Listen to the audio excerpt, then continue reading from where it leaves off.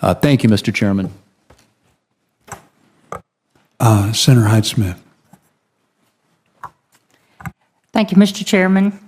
And we know that those who buy U.S. grain, both domestically and internationally, must trust our grain inspection system functions properly.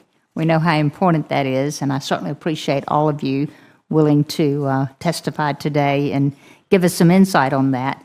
But this trust is a functional system, and it ensures that farmers, merchandisers, and end users all know they are operating within a system that's transparent, that is consistent, and it's science-based. I hear regularly from farmers and grain elevator operators in Mississippi who rely on the grain inspection system to protect the value of their grain and to ensure that they're competing on a level playing field with everyone else. The Grain Inspection Advisory Committee plays an important role in helping advise the Federal Grain Inspection Service navigate the technical and policy challenges of implementing the Grain Standards Act. And Mr. Bryant, I'm going to let you take this first one. I agree with your testimony that the Grain Inspection Advisory Committee serves a critical role in advising FGIS, and I appreciate your service and commitment on that committee and your enthusiasm as well. But given the technical nature of the grain standards and the weighing systems, the Advisory Committee's role is essential for ensuring that FGIS actions continue to facilitate the export of the world's highest quality grain grown by producers in Mississippi and across the country.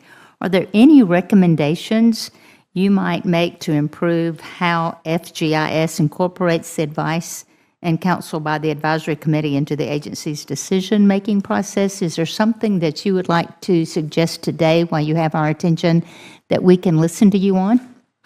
Well, thank you very much, Senator, for the question. I appreciate that. And the Advisory Committee is near and dear to my heart, having served 3 times and participate as a member of the public as often as possible. And it has been a great public opportunity for industry and service providers and producers for public record to talk about the needs and what we want to see the agency do. And we've seen some good work come out of that. And we have some recommendations in our testimony around how we can ensure that members are appointed to the committee in a timely manner. One of the areas that the committee has struggled with over the last handful of years is folks' term is a 3-year term limit, and they roll off, and new folks aren't nominated in time to be seated on the committee. And so we want to see some provisions around how existing members can stay on the committee until if their time expires at 3 years, until a new person has been appointed and nominated to serve and replace that person on the committee. Yeah, it makes sense that you need that continuity, and you certainly don't need the void and the spaces there. I have a little more time left. But I'd like to highlight the importance of protecting the trade surplus in the United States has historically maintained the grain and oilseeds, but while our overall agriculture trade surplus has evaporated into what USDA now projects to be a $49 billion deficit in 2025, grain continues to be the bright spot for agriculture. And, in fact, America enjoys $65 billion of trade surplus on U.S. grains and oilseeds. Very exciting. This is a credit to our farmers who continue to grow the highest quality grain in the world, and it credits a credit to our transportation system, our infrastructure, including the critical American waterways, highways, and rail systems of how we ship this out. And it's a result of decades of diligent work to develop and to grow these markets and to protect these markets. Mississippi farmers contribute significantly to our country's grain production, particularly through crops like rice, soybeans, and corn. And these crops are exported down the Mississippi River and through the Gulf of America, let me get that right, which supports several grain transport operations in my home state. Ensuring we maintain the integrity of our inspection system is paramount importance to me, especially when it relates to our export markets. But this question is for all of you. What are some of the challenges that we face with grain exports?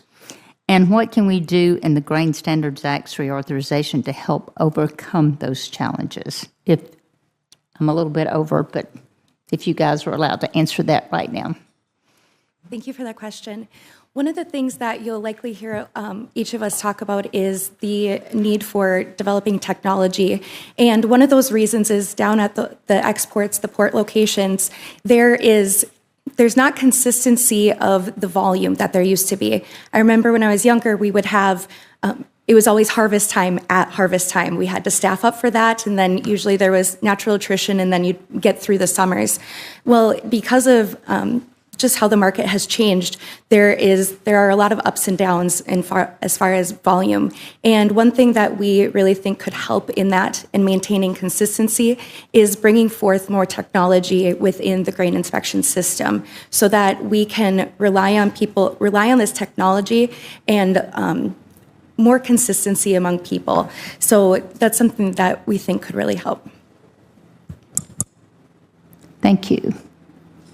The only thing that comes to mind for me is as farmers have added on-farm storage for grain, it has changed the profile of when that grain comes to market. And so if there are areas where government can target funds to help farmers in certain areas to plus up their storage, to maybe make it a little bit more predictable, and then also education for farmers, because using that storage effectively doesn't happen by accident. You do have to know what you're doing. So I think there's an educational piece there too. Thank you. Very good points. And I think just a timely and bipartisan reauthorization of the U.S. Grain Standard Act, it ensures that continuity and consistency of the program.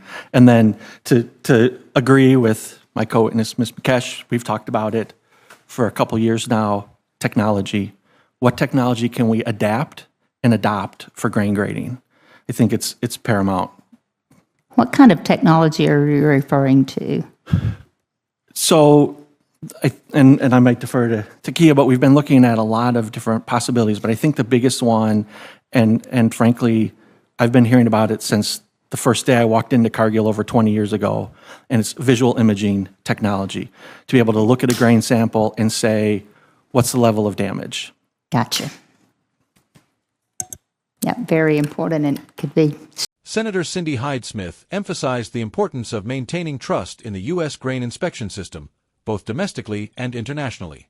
She noted that the reliability of this system is crucial for farmers, merchandisers, and end users who rely on it to ensure that grain meets the necessary standards. This trust, she argued, enables everyone in the agricultural supply chain to operate in a transparent, consistent, and science-based environment.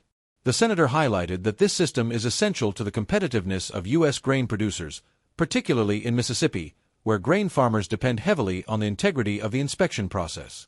The Grain Inspection Advisory Committee, which plays a pivotal role in advising the Federal Grain Inspection Service, FGIS, is particularly important in navigating the technical and policy challenges surrounding the implementation of the Grain Standards Act.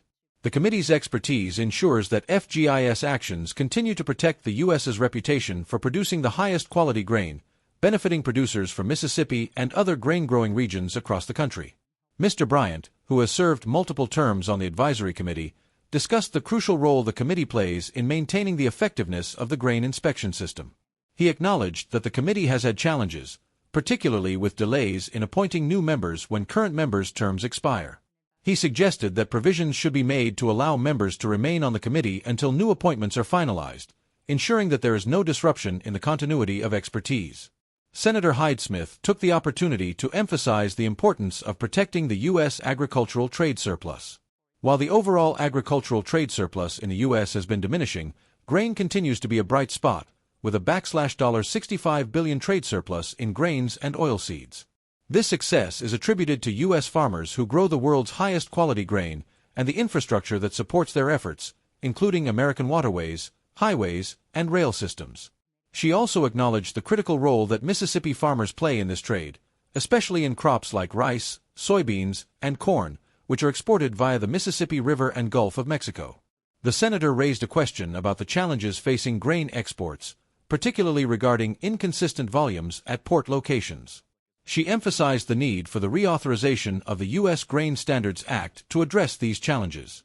Technology, she noted, could be key in improving consistency and efficiency in the grain inspection process. The panel discussed how emerging technologies, particularly visual imaging, could help improve the accuracy of grain grading. This would enable inspectors to assess grain quality, including damage levels, more efficiently. Other panelists contributed their thoughts on addressing the challenges in grain exports. One suggested that farmers' increasing use of on-farm grain storage has changed when grain comes to market, creating unpredictability in grain volumes. To address this, it was recommended that government funds be targeted to help farmers increase and improve their storage capabilities. Education on effective storage management would also be essential to ensure farmers make the best use of their resources. A consensus emerged on the importance of timely reauthorization of the U.S. Grain Standards Act to maintain the continuity of the program. It was also agreed that incorporating new technologies, particularly visual imaging for grain grading, would be a critical step toward ensuring the system remains efficient and competitive in the global market. The need for a bipartisan effort in this reauthorization was emphasized, with a clear goal of adapting the grain inspection system to meet modern challenges.